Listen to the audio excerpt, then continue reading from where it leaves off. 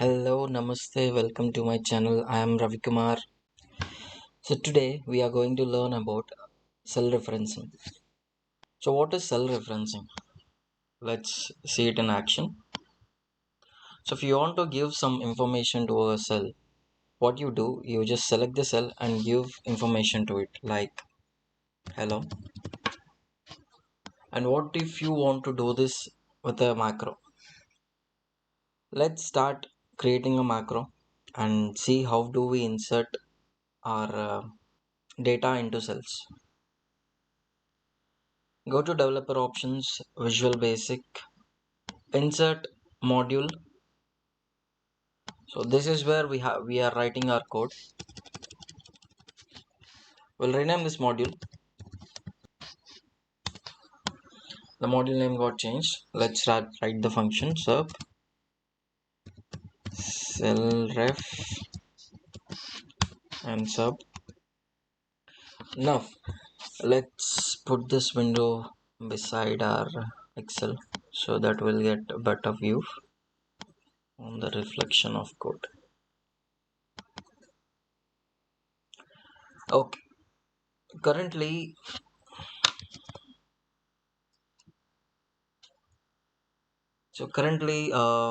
the cell got selected, which is B4. Now if we want to put some information into B4, how we'll do that? So currently the B4 is an active cell.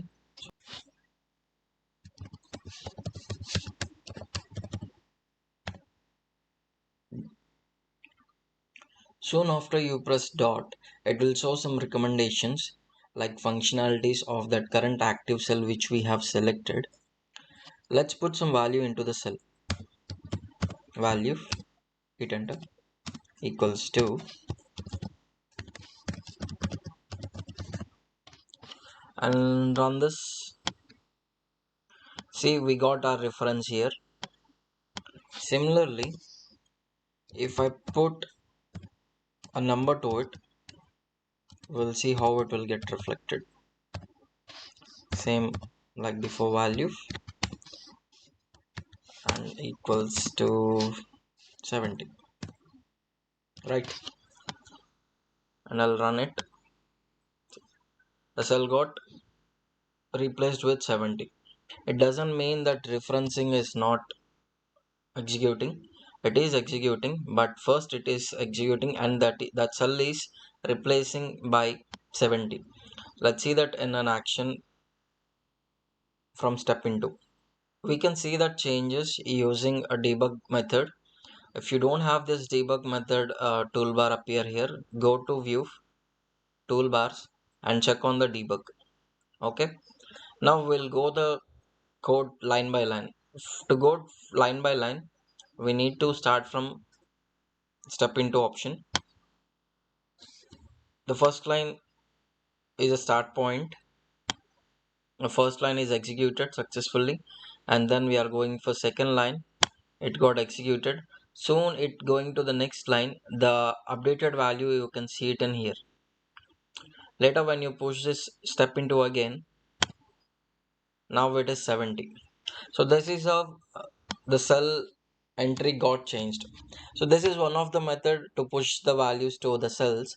Let's see another method, which is a square brackets method, where you can simply put a square brackets. Inside that square brackets you put any cell you want to give value to it, b1, and then dot value equals to some 100 random number. Then you run the program. See, you got your 100 and b1, right? If you want to give multiple like if you want to give numbers from c1 to c10, and how you will do that? Same square brackets, c1 is to c2 dot value equals to 80, right?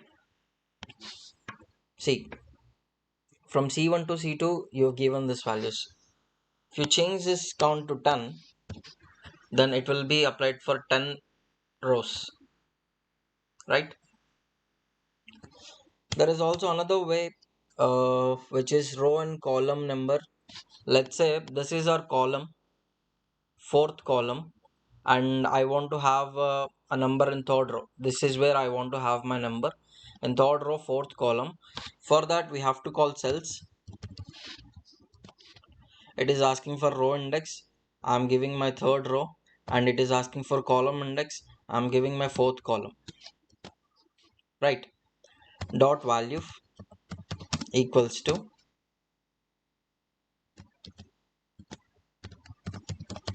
hello. Let me run this code. See, we got our hello here. There is one more method called range method, where we use mostly. So it is asking for cell. I want to have a value in E1. Dot value equals to, I'll put value simply. Let me run the code. See, we got our value here in E1. Similarly, how we did it here for number of rows, the same way we can do it in here as well. Range, you can give the range between two cells, like F12 is to F10 I want, and I'll close this. Dot value equals to, I'll give range. Right. And I'll press my run button. See, we got our ranges here.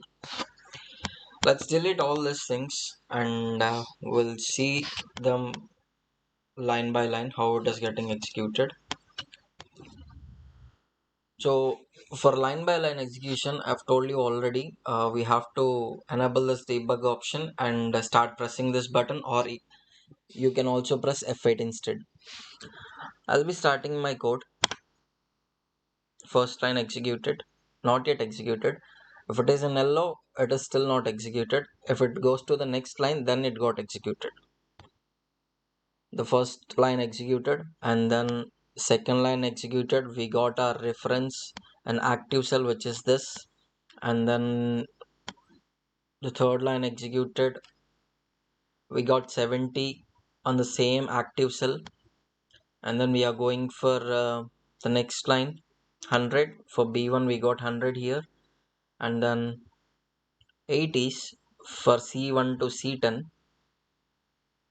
Then we have selected a cell where 3 comma 4, third row and fourth column, which is this. We got our hello, and range method, we got our value here, and similarly for range number of rows, we got our values here. Right. This is how we put our data into our cells. That's all for this video. Thank you.